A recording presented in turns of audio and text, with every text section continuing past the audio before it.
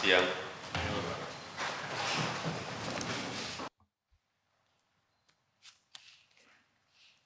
Bismillahirrahmanirrahim. Assalamualaikum warahmatullahi wabarakatuh. Selamat sore, salam sejahtera bagi kita semuanya. Bapak Ibu sekalian yang saya hormati, siang hari ini kita akan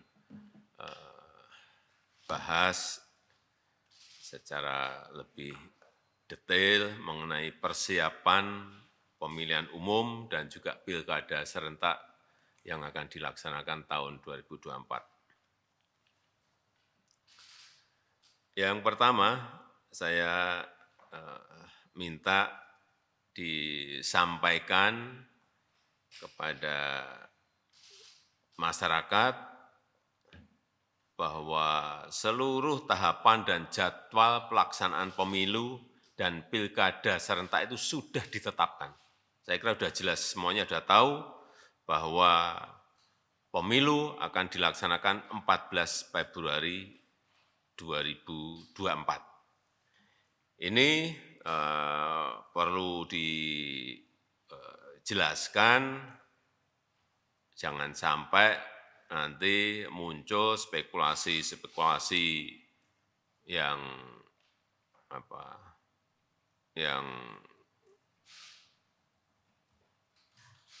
isunya beredar di masyarakat bahwa pemerintah tengah berupaya untuk melakukan penundaan pemilu atau spekulasi mengenai perpanjangan jabatan presiden dan juga yang berkaitan dengan soal 3 periode.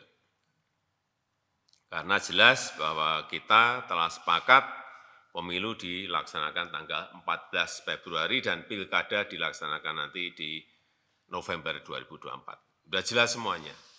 Dan dijelaskan sekalian bahwa tahapan pemilu itu sudah dimulai nanti di bulan Juni 2022, di pertengahan Juni 2022 sudah dimulai.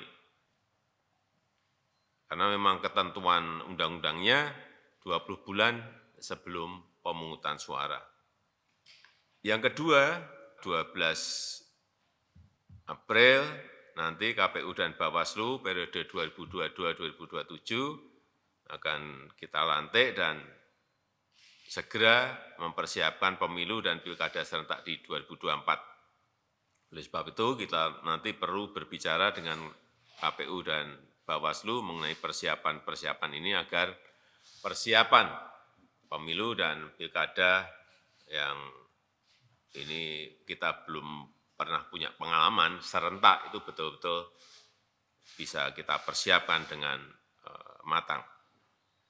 Dan yang ketiga, ini agar segera dikejar juga penyelesaian payung hukum regulasi yang dibutuhkan untuk pemilu dan pilkada serentak 2024. Ini agar saya minta Pak Menko Polhukam komunikasi yang intens dengan DPR RI dan juga KPU sehingga perencanaan programnya ini bisa didetailkan lebih detail lagi dan sehingga regulasi yang ada yang disusun ini tidak multitafsir dan nanti bisa menimbulkan perselisihan di lapangan. Yang keempat, yang ini juga segera harus diputuskan mengenai alokasi dana, baik dari APBN maupun APBD dalam rangka persiapan pemilu dan pilkada serentak 2024. Kemarin sudah disampaikan ke saya bahwa diperkirakan anggarannya sebesar 110,4 triliun. KPU dan Bawaslu. KPU-nya 76,6 triliun rupiah dan Bawaslu-nya 33,8 triliun rupiah. Ini saya minta didetailkan lagi, dihitung lagi, dikalkulasi lagi dengan baik dalam APBN maupun dalam APBD dan dipersiapkan secara bertahap. Yang kelima, kita juga harus menyiapkan pejabat gubernur, pejabat bupati, pejabat wali kota yang berakhir masa jabatannya di 2022 ini. Ada 101 daerah disiapkan, jadi,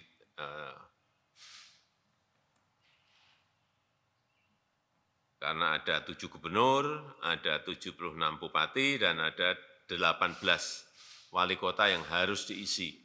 Saya minta seleksi figur-figur pejabat daerah ini betul-betul dilakukan dengan baik, sehingga kita mendapatkan pejabat daerah yang kapabel, memiliki leadership yang kuat, dan mampu menjalankan tugas yang berat di tengah situasi ekonomi yang tidak mudah, situasi ekonomi global yang tidak gampang. Agar nantinya penyiapan pemilu dan pilkada serentak tahun 2022 ini bisa berjalan dengan baik. Saya rasa itu yang bisa saya sampaikan, dan menjelang kontestasi politik ini biasanya suhu menghangat, itu biasa, tapi jangan sampai masyarakat terprovokasi oleh kepentingan-kepentingan politik yang tidak bermanfaat.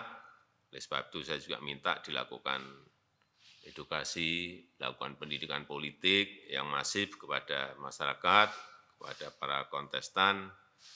Jangan membuat isu-isu politik yang tidak baik, terutama isu-isu politik identitas yang mengedepankan isu politik SARA. Saya kira kita memiliki pengalaman yang tidak baik di pemilu-pemilu sebelumnya. Kita harapkan ini tidak terjadi di 2024. Saya rasa itu yang bisa saya sampaikan pada kesempatan yang baik ini.